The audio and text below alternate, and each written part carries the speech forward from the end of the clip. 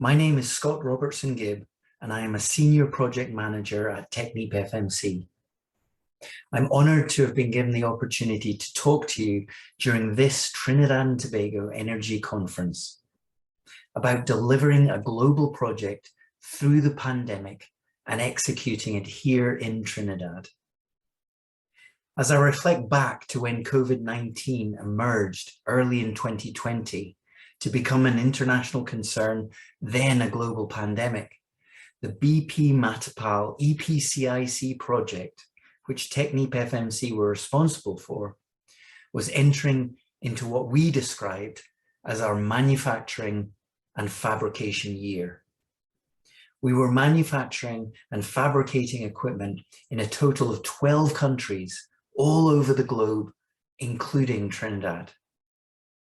Then in 2021, as the pandemic reached its height in terms of infection rates and the subsequent reactions and measures taken by governments to combat the spread, the Matapal project entered into its offshore execution phase.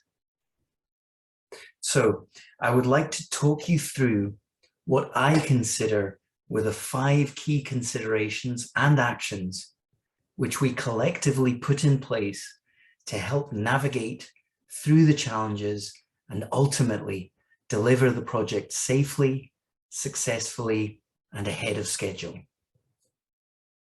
The first early adaptation we made was to accept and frequently utilize virtual FATs, factory acceptance tests, and other virtual inspections. Early in 2020, our European manufacturing plants, Technip FMC umbilicals, and FlexiFrance, who manufacture flexible flow lines and risers, along with our suppliers of valves, forgings, and instrumented piping, mostly from Italy, had to impose restrictions on entering into their facilities to prevent the spread of COVID to their workforce. What we found is that virtual FATs are sustainable and a smart alternative that reduces associated costs, time, resources, and CO2 impact compared to conventional FATs. Additionally, we found unseen benefits through the extended use of digital tools. For instance, performing virtual quality and HSE walkthroughs at our fabrication shops, like Massey Wood's facility here in Trinidad, who was our brownfield topsides fabrication and construction contractor. Secondly, project team engagement and the one team approach. On a more personal level, the requirement to maintain the project team's engagement during this new remote work from home era was extremely important to the success of the project. Providing more frequent virtual town halls, kickoff meetings helped. We tried to build camaraderie by including fun quizzes where team members had to try and guess whose remote office was whose. I tried hard to encourage people to turn on their cameras to truly interact with each other and pick up subtle nuances that are otherwise missed. All these small acts helped build rapport and a one-team approach with clients, contractors, and suppliers alike.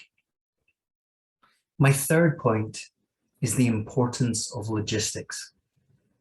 With the compounded supply chain issues during the pandemic, a lot of pressure was put on the back end of equipment readiness, i.e. logistics. It's often an afterthought in project planning, how to get an item from A to B. For Matapal, we turned that thought process on its head. We put a huge effort into figuring out the most efficient way to move equipment, looking at creative ways to transport goods. Between ourselves, our client, and our local agents, Titan Logistics, we had to truly collaborate and think out the box to maintain on-time deliveries.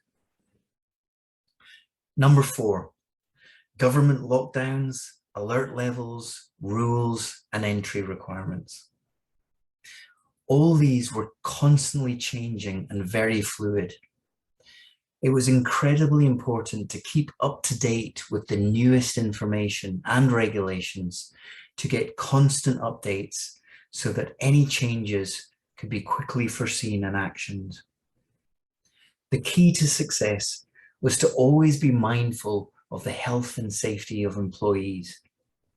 We set and continually communicated expectations for employees traveling and put a lot of effort into ensuring that longer than normal off-site or offshore trips due to isolation and quarantine requirements were considered in resource planning. This is where an unbelievable amount of time and effort in project planning occurred.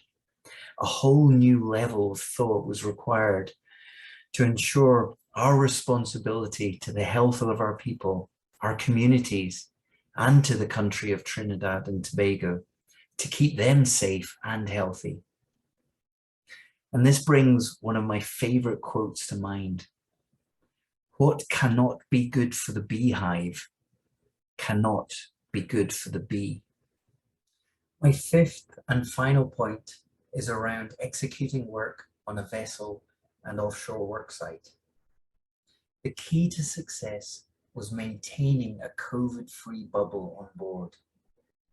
This meant isolating work groups in port prior to boarding vessels, then keeping physical barriers between the vessel COVID-free crew and service workers who needed to perform work while in port on the vessel back deck on a day-to-day basis.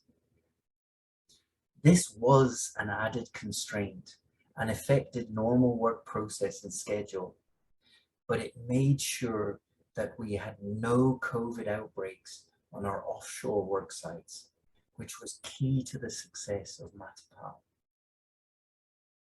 Together with local offshore support vessel operators, Inland and Offshore Contractors Limited, we worked seamlessly together to set the same requirements to ensure a COVID-free bubble on their OSVs that supported our subsea construction activities.